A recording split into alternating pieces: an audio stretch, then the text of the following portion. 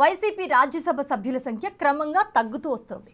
అధికారం కోల్పోయిన 2024లో 11 మంది వరకు ఉన్న రాజ్యసభ సభ్యుల సంఖ్య ఇప్పుడు 7కు చేరింది.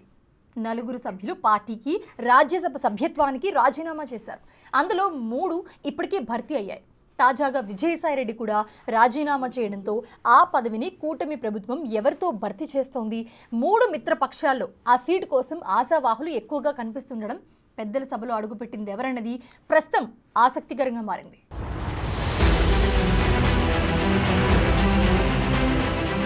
రాజ్యసభలో వైసీపీ బలం క్రమక్రమంగా తగ్గిపోతోంది. తొలి విడతలో 3 రాజ్యసభ సభ్యులు జగన్ కు గుడ్ బై చెప్పడంతో పాటు ఎంపీ పదవికి రాజీనామా చేసి బయటకొచ్చారు.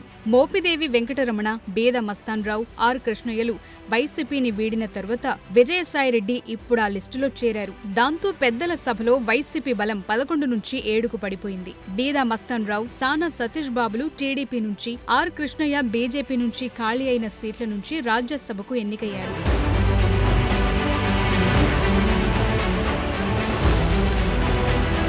ఆంధ్రప్రదేశ్ అసెంబ్లీలో వైసీపీ బలం 11 స్థానాలకే పరిమితమవడంతో రాజ్యసభ పదవి ఖాళీ అయితే అది కూటమి పార్టీల ఖాతాల్లో పడుతుంది. వైసీపీ రాజ్యసభ సభ్యులుగా ప్రస్తుతం వైవి సుబ్బారెడ్డి, గొల్ల బాబురావు, పిల్లి సుభాష్ చంద్రబోస్, మేడా రఘునాథరెడ్డి, ఎస్ నిరంజన్ రెడ్డి, ఆళ్ల అయోధ్య రామిరెడ్డి, పరిమళ్ నత్వానీలున్నారు. పరిమళ్ నత్వానీ పేరుకు వైసీపీ రాజ్యసభ సభ్యుడే అయినప్పటికీ ఆయన అదానికి అత్యంత సన్నిహితుడు కావడంతో రాజ్యసభలో బీజేపీకి మద్దతుగా నిలుస్తారనటంలో ఎలాంటి సందేహం లేదు. అంటే అనధికారికంగా 6 రాజ్యసభ సభ్యులు మాత్రమే వైసీపీ ప్రకారం రాజ్యసభలో వ్యవహరించే అవకాశం ఉంది.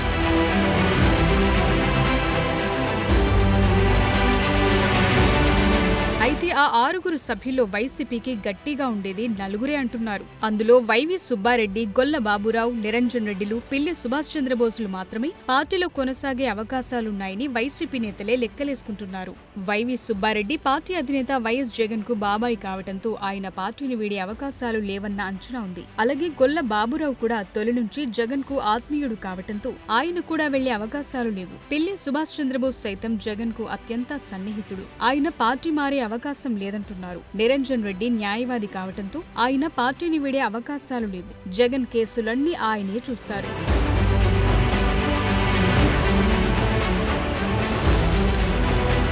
పారిశ్రామికవేత్త అయిన ఆళ్ల అయోధ్య రామిరెడ్డి వ్యాపార అవసరాల కోసం వైసీపీని వీడతారన్న ప్రచారం ఉంది. ఇటీవల విజయసాయిరెడ్డి రాజీనామా చేసిన వెంటనే అయోధ్య రామిరెడ్డి పేరు కూడా ప్రముఖంగా వినిపించింది. కానీ ఆయన దావోస్ పర్యటనలో ఉండడంతో అది ప్రచారమని తేలినా తర్వాత పార్టీని వీడేది ఆయనే అయ్యుండొచ్చన్న అనుమానం కూడా పార్టీ నేతల్లో ఎక్కువగా కనిపిస్తోంది. ఇక మేడా రఘునాథరెడ్డి పదవీ కాలం 2030 వరకు ఉంది. ఆయన కూడా పార్టీలో ఉండే అవకాశాలు లేవని వైసీపీలోనే గుసగుసలు వినిపిస్తున్నాయి.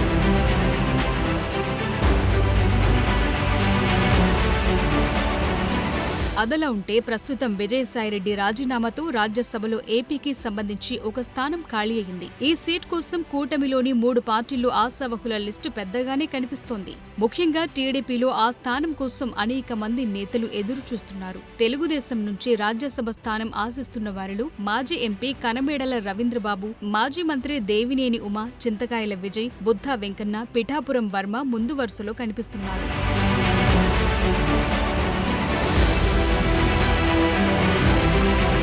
గత ఎన్నికల్లో కూటమి పొత్తుల్లో భాగంగా టీడీపీ నేతలు కొందరు సీటు త్యాగం చేయాల్సొచ్చింది. అయినా వారంతా కూటమి విజయానికి కృషి చేశారు. దేవినేని ఉమా మైలవరం సీటు వదులుకున్నారు. మైలవరంలో వైసీపీ నుంచి వచ్చిన వసంత కృష్ణ ప్రసాద్ కోసం ఆయన సీటు త్యాగం చేశారు. పిఠాపురం మాజీ ఎమ్మెల్యే వర్మ జనసేనాని పవన్ కళ్యాణ్ కోసం పోటీ నుంచి తప్పుకున్నారు. ఇక స్పీకర్ చింతకాయల అయ్యన్న పాత్రుడు కుమారుడు చింతకాయల విజయ్ కూడా టికెట్ ఆశించి భంగపడ్డారు. తన స్థానంలో కుమారుడికి టికెట్ కోసం అయ్యన్న ప్రయత్నించినప్పటికీ సీనియారిటీ లెక్కలు కలిసి రాలేదు.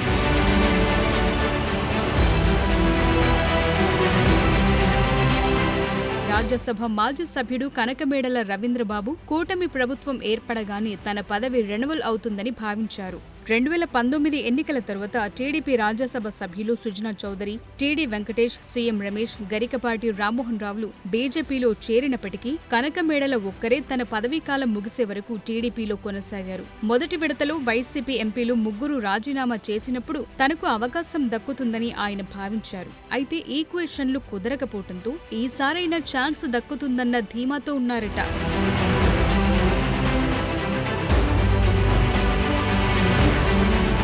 బీజేపీ నుంచి సైతం ఒకరికి ముగ్గురు పెద్దల సభలో అడుగు పెట్టాలని ఉవ్విళ్లూరుతున్నారట. ప్రధానంగా మాజీ ఎమ్మెల్సీ సోము వీర్రాజు, రాజ్యసభ మాజీ సభ్యుడు జీవీఎల్ నరసింహారావు, మాజీ ముఖ్యమంత్రి నల్లారి కిరణ్ కుమార్ రెడ్డిలు ఆ సీట్ ఆశిస్తున్నారట.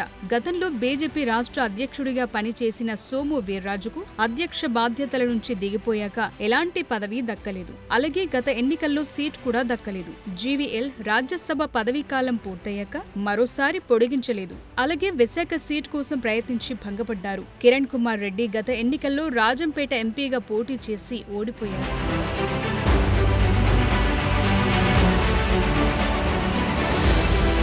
అటు జనసేన నుంచి కూడా మాజీ మంత్రి బాలినేని శ్రీనివాసరెడ్డి రాజ్యసభ సీట్ ఆశిస్తున్నారు. బాలినేని వైసీపీ నుంచి జనసేనలో చేరినప్పుడు ఆయన్ని ఎమ్మెల్సీని చేసి మంత్రి పదవి ఇస్తారన్న ప్రచారం కూడా జరిగింది. బాలినేని సీనియారిటీని దృష్టిలో పెట్టుకుని ఆయనకు రాజ్యసభ సభ్యత్వం ఇస్తారన్న టాక్ వినిపిస్తోంది. అయితే 3 పార్టీల్లోని ఆశావహులతో కంపేర్ చేస్తే మాజీ సీఎం కిరణ్ కుమార్ రెడ్డే సీనియర్. ఆయనకు టీడీపీ అధినేతతో కూడా మంచి సంబంధాలున్నాయి. ముఖ్యమంత్రిగా పనిచేసిన కిరణ్ అనుభవాన్ని దృష్టిలో పెట్టుకుని బీజేపీ కోటాలో ఆయనకు అవకాశం దక్కుతుందంటున్నారు. కిరణ్ రాజ్యసభ సభ్యులైతే సమీప కాలంలో కేబినెట్ బెర్త్ కూడా దక్కుతుందన్న టాక్ వినిపిస్తోంది.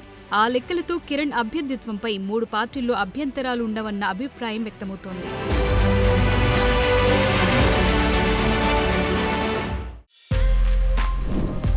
For more videos like this, subscribe Big TV channel.